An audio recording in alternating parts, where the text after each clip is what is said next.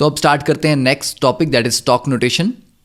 Stock notation कुछ भी नहीं है, एक सिंपल तरीका है मेटल की ऑक्सीडेशन स्टेट को शो करने का उसके फॉर्मूले के साथ।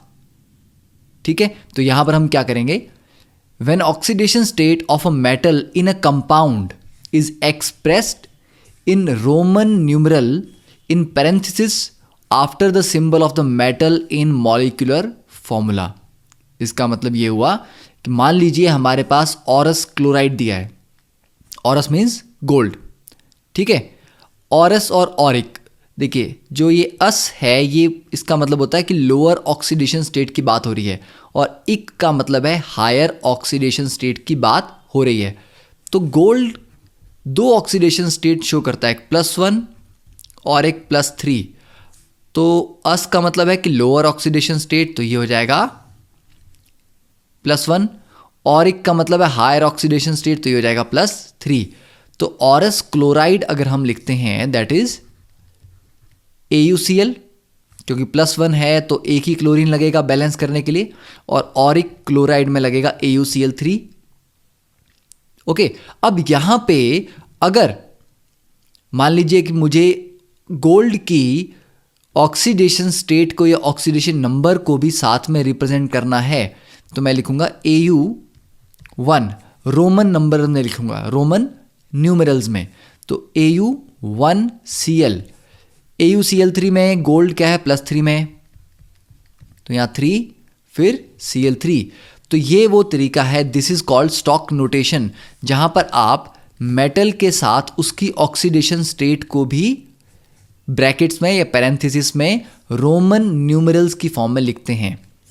वैसे स्टेनस मीन्स टिन, तो स्टेनस एंड स्टेनिक, टिन के लिए दो ऑक्सीडेशन स्टेट होती हैं, +2 एंड +4, छोटी वाली +2, बड़ी वाली +4। तो स्टेनस क्लोराइड हो जाएगा SnCl2 और स्टेनिक क्लोराइड हो जाएगा SnCl4। अब यहां पे क्या करना है, टिन के आगे उसकी ऑक्सीडेशन स्टेट को लिखना है रोमन नंबर में, and that becomes our Stock notation. तो जब इस तरह से लिखा जाता है, इसी नोटेशन को कहा जाता है स्टॉक नोटेशन। ओके, तो आप नोट कर लीजिए इसको। अब इसके ऊपर अब एक प्रॉब्लम सॉल्व करते हैं। Using stock notation represent the following compounds. देखिए, फर्स्ट वन इज HAuCl4। तो सबसे पहले क्या करना है, इनकी ऑक्सीडेशन स्टेट्स को हमें यहां पे आइडेंटिफाई करना है कि किसकी ऑक्सीडेशन स्टेट कितनी होगी। तो सबसे पहले हाइड्रोजन क्या होना चाहिए, इसकी ऑक्सीडेशन स्टेट +1, क्योंकि ये हाइड्राइड का केस तो नहीं लग रहा, तो हाइड्रोजन +1 होगा। Au की, गोल्ड की ऑक्सीडेशन स्टेट यहां पर कितनी होगी, देखिए क्लोरीन पे कितना है +4, तो कैलकुलेट ही कर लेते हैं। हाइड्रोजन पे 1, गोल्ड के लिए X, क्लोरीन क्योंकि गोल्ड और हाइड्रोजन दोनों से ज़्यादा इलेक्ट्रोनेगेटिव है इसलिए ये -1 में रहेगा। तो 4 × -1 = 0, क्योंकि पूरे मॉलिक्यूल पे 0 चार्ज है। तो यहां से X की वैल्यू कितनी आ गई, +3। ठीक है, तो यहां से आ गया X = +3। वैसे ही थैलियम डाइऑक्साइड, ठीक है, थैलियम डाइऑक्साइड और dithallium oxide, it is basically thallium oxide, क्योंकि थैलियम की ऑक्सीडेशन स्टेट यहां पर +1 होगी, ऑक्सीजन की स्टेट -2 है, तो दो थैलियम मिलकर +2 बनाएंगे और -2 के साथ वो बैलेंस हो जाएंगे। तो ओवरऑल ऐड करेंगे अगर आप ऑक्सीडेशन नंबर को, वो 0 आएगा। Iron oxide FeO, oxygen normally -2, उसको बैलेंस करने के लिए आयरन +2 में होगा। Fe2O3, अब देखिए आयरन पे कितना है, मान लीजिए X, तो ये 2X, ऑक्सीजन -2 में होता है, तो 3 × -2 = 0, तो आयरन पे X की वैल्यू यहाँ आ जाएगी +3। तो एक आयरन पे 3 है तो 2 पे +6 होगा, और एक ऑक्सीजन पे -2 है तो 3 पे -6 हो जाएगा, तो बैलेंस हो गए। CuI, आयोडीन, क्योंकि ज़्यादा इलेक्ट्रोनेगेटिव है कॉपर से, बीइंग अ हैलोजन, इसलिए आयोडीन पे -1 आएगा। अब उसको बैलेंस करने के लिए कॉपर पे +1। ठीक है, यहाँ पर क्यूप्रिक ऑक्साइड में क्या होगा, CuO में ऑक्सीजन पे -2 और कॉपर पे बैलेंस करने के लिए +2, MnO -2 +2, MnO2 -2 और +4, क्योंकि 2 ऑक्सीजन पे -4 हो जाएगा, बैलेंस करने के लिए मैंगनीज पे +4। तो अब इनकी अगर स्टॉक नोटेशन लिखनी हो तो क्या लिखेंगे हम, HAU3Cl4, ठीक है, थैलियम 2 यहाँ पर 1 में है ये, O, आयरन यहाँ पर 2 में है, फिर यहाँ पर Fe2 ये +3 में है, कॉपर के लिए ये यहाँ पर +1 में है,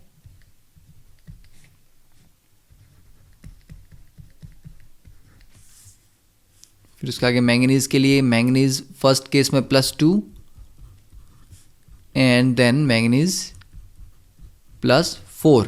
तो ये आगे इनके स्टॉक नोटेशन के एग्जांपल्स।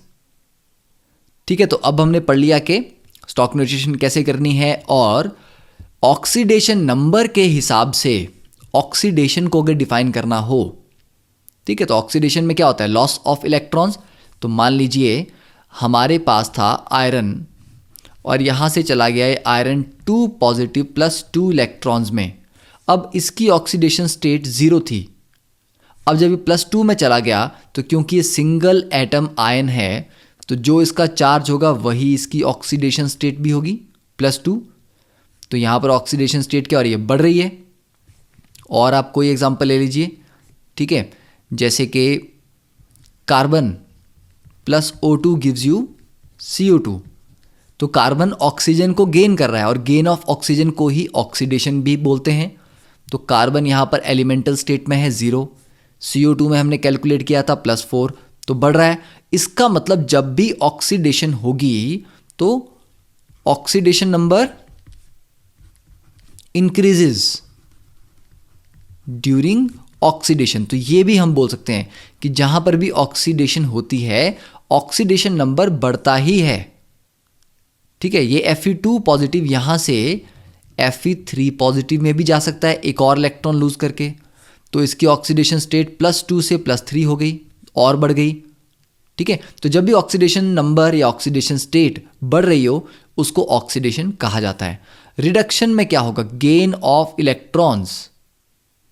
गेन का मतलब है कि हमारे पास oxidation number decreases during reduction.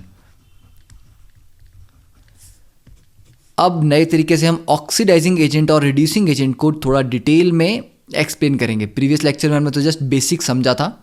अब इसकी अगर हम डेफिनेशन लिखें, oxidising agents are those compounds which can oxidise others, जो दूसरों को ऑक्सीडाइज कर सकते हैं,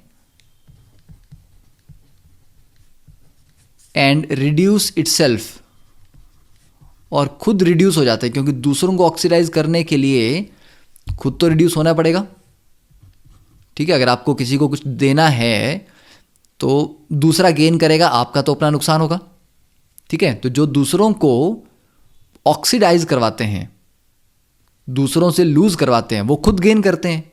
ठीक है, तो oxidising agents are those compounds which can oxidise others and reduce itself during the chemical reaction.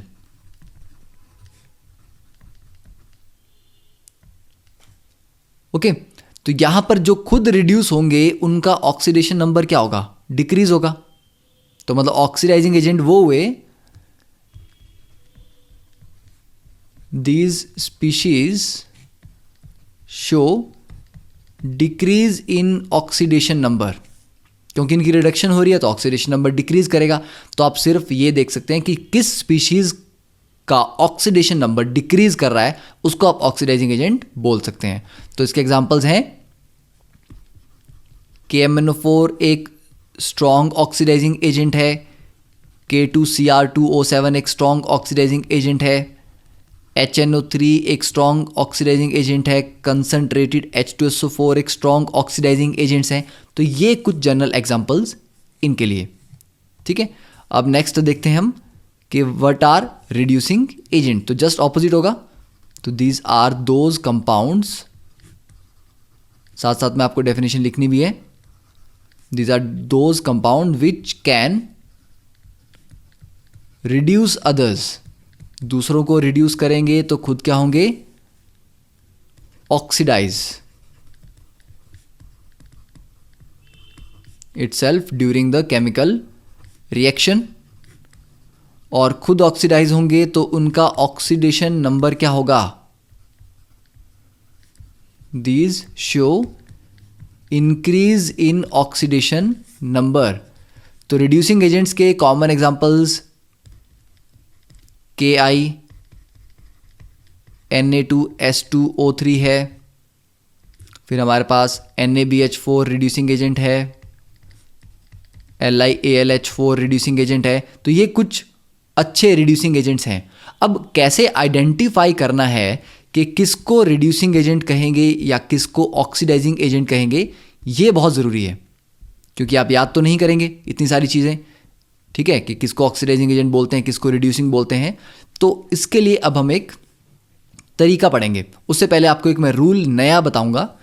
देखिए, फॉर पी ब्लॉक एलिमेंट्स, ठीक है, सिर्फ पी ब्लॉक के लिए हम यहां पर स्पेसिफिकली बात कर रहे हैं। पी ब्लॉक एलिमेंट्स के लिए जो ऑक्सीडेशन नंबर है वेरीज फ्रॉम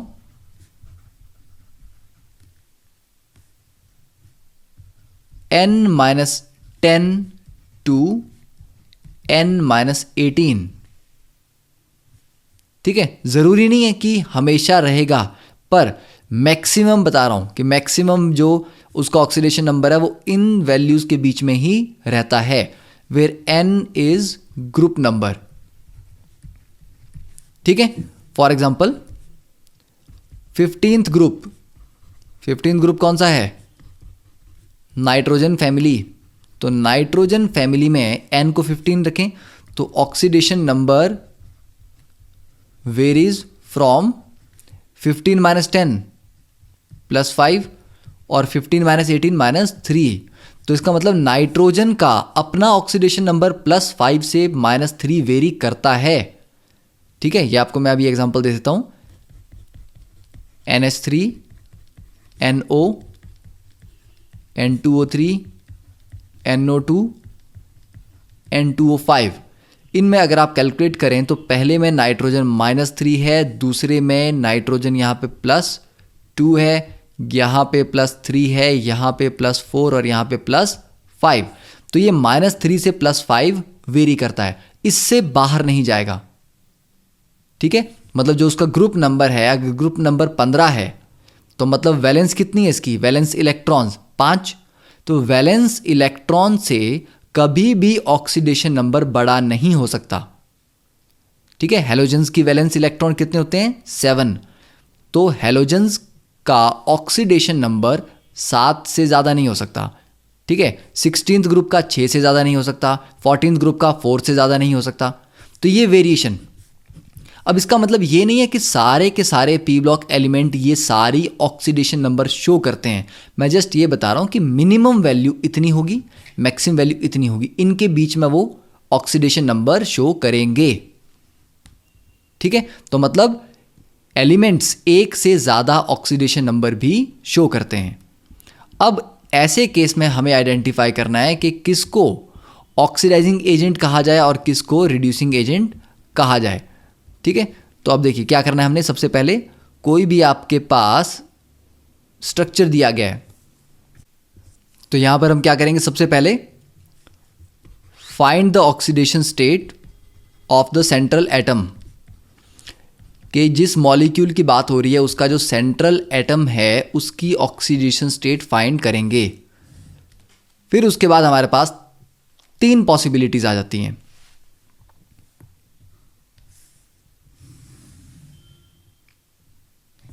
अब देखिए, फर्स्ट पॉसिबिलिटी है कि ऑक्सीडेशन स्टेट जो है वो मैक्सिमम है उस एलिमेंट की, ओके। जो सेंट्रल एटम है वो अपनी मैक्सिमम ऑक्सीडेशन स्टेट में है। अब अगर कोई मैक्सिमम ऑक्सीडेशन स्टेट में हो तो क्या वो फर्दर इलेक्ट्रॉन लूज कर सकता है? जैसे कि नाइट्रोजन की अभी हमने बात की, नाइट्रोजन के लिए मैक्सिमम वैल्यू कितनी है, +5। तो नाइट्रोजन अगर +5 में है तो क्या वो फर्दर इलेक्ट्रॉन लूज करेगा? नहीं, क्योंकि +5 का मतलब ये है उसने एक तरह से 5 इलेक्ट्रॉन लूज कर चुका है। 5 से ज़्यादा कर ही नहीं सकता क्योंकि वैलेंस इलेक्ट्रॉन 5 ही होते हैं उसके पास। ठीक है, तो जब 5 से ज़्यादा लूज नहीं कर सकता तो ऑप्शन क्या है, गेन करने की। ओके, तो कोई एलिमेंट यहां पर है, अगर इलेक्ट्रॉन लॉस होता है तो ऑक्सीडेशन नंबर इंक्रीज करेगा, इलेक्ट्रॉन गेन करता है तो ऑक्सीडेशन नंबर डिक्रीज करेगा। तो इंक्रीज करता करता करता करता मैक्सिमम चला गया, मतलब अब और इलेक्ट्रॉन लूज नहीं हो सकते। तो जब नाइट्रोजन +5 में है तो इलेक्ट्रॉन लूज नहीं हो सकते, अब क्या हो सकता है, सिर्फ गेन कर सकता है। तो now it can only gain electrons, that is it can undergo reduction only, सिर्फ रिडक्शन शो करेगा। अगर खुद रिड्यूस हो रहा है तो इसको कौन सा एजेंट बोलेंगे, ऑक्सीडाइजिंग एजेंट। ठीक है, और कैसा होगा, स्ट्रांग होगा। क्यों? क्योंकि ऑप्शन ही एक बची है और कुछ कर ही नहीं सकता, क्योंकि लूज कर नहीं सकता तो सिर्फ गेन करेगा, सिर्फ गेन करेगा तो खुद रिड्यूस होगा, और खुद रिड्यूस होगा तो ऑक्सीडाइजिंग एजेंट कहेंगे इसको हम। दूसरी ऑप्शन क्या है, अगर ऑक्सीडेशन स्टेट हमारी मिनिमम है, मतलब डिक्रीज होते होते मिनिमम पे चली गई, जैसे नाइट्रोजन की यहाँ पे अगर हम -3 ले लें तो -3 से ज़्यादा नीचे तो नहीं जा सकती, मतलब और इलेक्ट्रॉन गेन नहीं कर सकता। अब गेन नहीं कर सकता तो क्या करेगा ये, now it can only loose electrons, that is it can show oxidation only. तो ऑक्सीडेशन ही शो करेगा, मतलब क्या होगा इसको, फिर इसको बोलेंगे हम रिड्यूसिंग एजेंट। और रिड्यूसिंग एजेंट भी थोड़ा अच्छा ही होगा क्योंकि सिर्फ एक ही तरफ जा सकता है, सिर्फ रिड्यूसिंग की तरह काम कर सकता है। अब तीसरी ऑप्शन आती है कि ऑक्सीडेशन स्टेट इज इंटरमीडिएट, ना मैक्सिमम है ना मिनिमम है, intermediate between minimum and maximum. के नाइट्रोजन जैसे कि मान लीजिए यहां पर +3 में है तो +3 से आगे भी जा सकता है लूज करके, पीछे भी आ सकता है गेन करके। तो दोनों तरफ आगे जाएगा तो लूज करेगा, लूज करेगा तो खुद ऑक्सीडाइज होगा तो रिड्यूसिंग एजेंट बोलेंगे, पीछे जाएगा तो गेन करेगा, गेन करेगा तो खुद रिड्यूस होगा तो ऑक्सीडाइजिंग एजेंट बोलेंगे। तो नाउ तो it can behave as oxidising agent as well as reducing agent. तो ये ध्यान रखना है आपने, ठीक है। अब इसका रेलेवेंस हमने जो अभी पढ़े कुछ एग्जाम्पल्स उनके साथ कैसे है, तो पहले आप इसको एक बार नोट कर लें कि ये हम मेथड फॉलो करेंगे। अब देखिए यहां पर मैंने आपको कहा KMnO4, KMnO4 में अगर आप देखें तो मैंगनीज +7 ऑक्सीडेशन स्टेट में है मैक्सिमम, मैंगनीज इससे ऊपर ऑक्सीडेशन स्टेट नहीं दिखाता, तो मतलब अब आगे लूज नहीं कर सकता, सिर्फ गेन करेगा। तो गेन करेगा तो खुद सिर्फ रिड्यूस होगा तो ऑक्सीडाइजिंग एजेंट हुआ। यहां पर क्रोमियम अपनी मैक्सिमम ऑक्सीडेशन स्टेट +6 में है, आगे जा नहीं सकता तो पीछे आएगा तो गेन करेगा, तो मतलब खुद रिड्यूस होगा तो ऑक्सीडाइजिंग एजेंट। HNO3 नाइट्रोजन यहाँ +5 में है, H2SO4 सल्फर +6 में है। तो यहाँ पर ध्यान देने वाली बात यह है कि manganese central atom, chromium central atom, nitrogen central atom और सल्फर भी सेंट्रल एटम है। सभी सेंट्रल एटम अपनी मैक्सिमम ऑक्सीडेशन स्टेट में हैं। ओके, वैसे यहां पर देखा जाए रिड्यूसिंग एजेंट आयोडीन -1 में -1 से नीचे नहीं जा सकती। Na2H2O3 इसके लिए अगर कैलकुलेट करेंगे तो बताइए कितना आएगा। यहाँ पर 2 सल्फर हैं, तो जब एक से ज़्यादा एटम हो तो एवरेज लेते हैं। तो देखिए सोडियम पे तो हमेशा +1 आता है, अल्कली मेटल है, तो 2 प्लस 2 सल्फर तो 2x प्लस 3 ऑक्सीजन पे -6। ठीक है, तो x की वैल्यू कितनी आ जाएगी, +2। तो सल्फर की एवरेज ऑक्सीडेशन स्टेट मतलब दोनों सल्फर की +2 हमने यहां पर लिख ली। ओके, तो सल्फर की वैल्यू +2 है। अब सल्फर किसका मेंबर है, ग्रुप 16 का। तो ग्रुप 16 के लिए 16 - 10 दैट इज +6 मैक्सिमम है। मिनिमम क्या है, 16 - 18 -2। तो अभी ये अपनी मिनिमम में नहीं है, ठीक है, प्रेजेंटली नहीं है, but still it is a reducing agent. NaBH4 में बोरोन है, LiAlH4 में एल्यूमिनियम है, पर इनका रिड्यूसिंग एक्शन हाइड्राइड की वजह से होता है। ठीक है, आपको याद तो करना है कि ये रिड्यूसिंग एजेंट हैं, पर क्यों है, कैसे काम करते हैं, तो इनका एक्शन हम देखेंगे ऑर्गेनिक केमिस्ट्री में। ठीक है, और इनऑर्गेनिक में भी आप पढ़ेंगे इनको कि कैसे ये एज ए रिड्यूसिंग एजेंट काम करते हैं। तो आई थिंक आपको अब थोड़ी सी क्लैरिटी होगी कि सेंट्रल एटम की ऑक्सीडेशन स्टेट निकाल के हम उसकी ऑक्सीडाइजिंग या रिड्यूसिंग प्रॉपर्टीज को आइडेंटिफाई कर सकते हैं। तो अब हम नेक्स्ट टॉपिक स्टार्ट करेंगे, टाइप्स ऑफ रिडॉक्स रिएक्शंस। तो in the types of redox reaction the first category is the combination reaction. तो कॉम्बिनेशन रिएक्शन नाम से ही पता चल रहा है, जब दो चीज़ें आपस में कंबाइन करती हैं, जैसे कि A और B मिला के अगर एक मॉलिक्यूल C बनाते हैं, तो इस तरह के रिएक्शन को कहते हैं कॉम्बिनेशन रिएक्शन। तो देखिए carbon solid plus O2 heat करने पे CO2 बनाते हैं। ये सिंपल क्या है, it's a example of combustion, कि कार्बन को ऑक्सीजन की प्रेजेंस में हम जला रहे हैं। तो कार्बन की ऑक्सीडेशन स्टेट यहाँ पर अभी कितनी है, एलिमेंटल स्टेट में 0, और CO2 में देखिए एक ऑक्सीजन की -2 तो 2 की -4, तो बैलेंस करने के लिए कार्बन +4 में। तो 0 से 4 को आप ऐसे समझ सकते हैं कि कार्बन ने 4 इलेक्ट्रॉन लूज किए, इसलिए +4 चार्ज आया। तो लूज करना मतलब कार्बन की ऑक्सीडेशन हो रही है। ऑक्सीजन की भी अभी यहां पर ऑक्सीडेशन नंबर 0 था, ऑक्सीजन 0 से जा रहा है -2 में, तो ऑक्सीजन की क्या हो रही है, रिडक्शन। ठीक है, तो जब ऑक्सीडेशन नंबर बढ़ता है वो ऑक्सीडेशन होती है, घटता है तो वो रिडक्शन होती है। वैसे मैग्नीशियम यहाँ पर एलिमेंटल है 0, तो magnesium plus nitrogen gives you magnesium nitride solid heat करने पे, तो कॉम्बिनेशन रिएक्शन है। तो मैग्नीशियम क्योंकि ग्रुप 2 मेटल है तो ये हमेशा +2 दिखाएगा, और यहाँ पर अगर हम बैलेंस करें, देखिए मैग्नीशियम का 2 है तो 3 मैग्नीशियम पे कितना आएगा, 3 × 2 6। उसको बैलेंस करने के लिए 2 नाइट्रोजन पे -6 होना चाहिए, तो एक नाइट्रोजन पे आ जाएगा -3। तो नाइट्रोजन 0 से -3 में जा रहा है, तो नाइट्रोजन की क्या हो रही है, रिडक्शन, और मैग्नीशियम 0 से +2 में जा रहा है, तो मैग्नीशियम की क्या हो रही है, ऑक्सीडेशन। और साथ साथ में हम ये भी लिख सकते हैं कि जिसकी ऑक्सीडेशन होती है उसको क्या बोलते हैं हम, रिड्यूसिंग एजेंट, और जिसकी रिडक्शन होती है उसको क्या बोलते हैं हम, ऑक्सीडाइजिंग एजेंट। तो हर एक रिएक्शन में आपको ये भी आइडेंटिफाई करना है किसकी ऑक्सीडेशन और रिडक्शन हो रही है और किसको ऑक्सीडाइजिंग और रिड्यूसिंग एजेंट कहेंगे। ठीक है, अब थर्ड जो रिएक्शन है इसको एक बार आप ट्राई करिए कि which one is the oxidising agent and which one is reducing agent.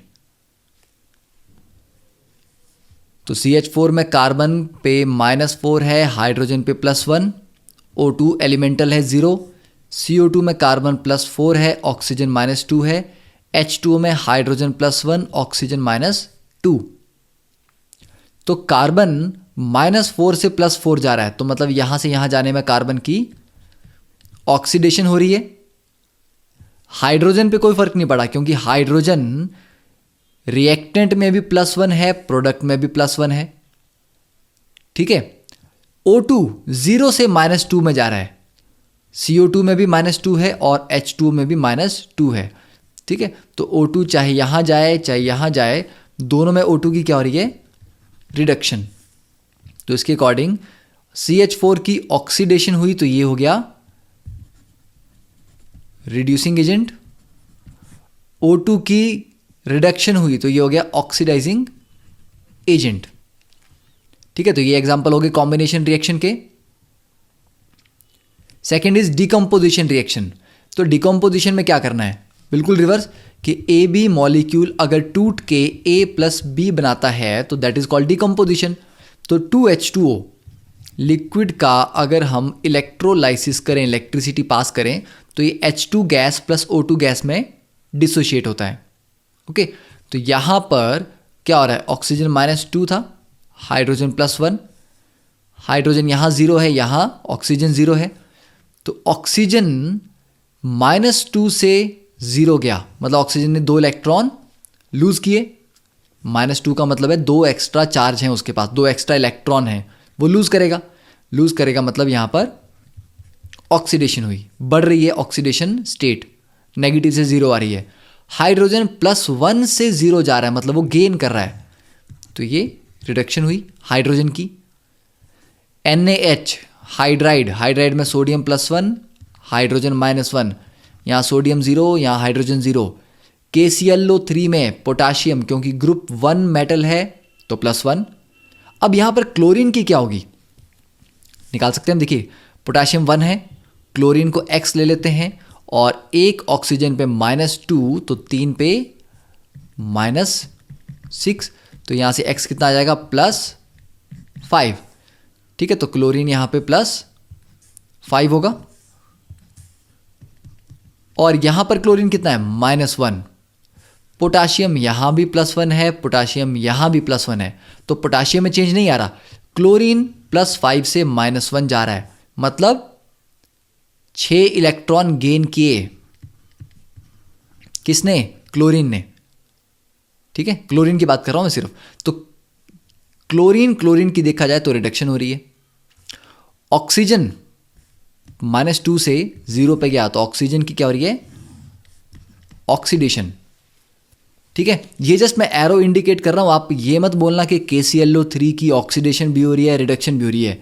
मैं सिर्फ एलिमेंट की बात कर रहा हूं कि क्लोरीन यहां पर रिड्यूस हो रहा है, ऑक्सीजन यहां ऑक्सीडाइज हो रहा है, ठीक है। पर ओवरऑल KClO3 में क्या हुआ, ये हम आगे के रिडॉक्स रिएक्शन में देखेंगे कि एक मॉलिक्यूल में ही एक पार्ट हो सकता है ऑक्सीडाइज हो रहा हो और दूसरा पार्ट रिड्यूस हो रहा हो, ठीक है। तो हमें ये इनका ऑक्सीडेशन नंबर सबके लिखने आने चाहिए, कितने ऑक्सीडेशन नंबर से कितने ऑक्सीडेशन में जाने पे ऑक्सीडेशन हो रही है, रिडक्शन हो रही है, ये आपको आना चाहिए, okay. Now in the next lecture we will start with the third category that is called displacement reaction, जो कि बहुत इंपॉर्टेंट कैटेगरी है और इसमें हम एक्टिविटी सीरीज के बारे में भी थोड़ा डिस्कशन करेंगे, okay. Thank you, have a nice day.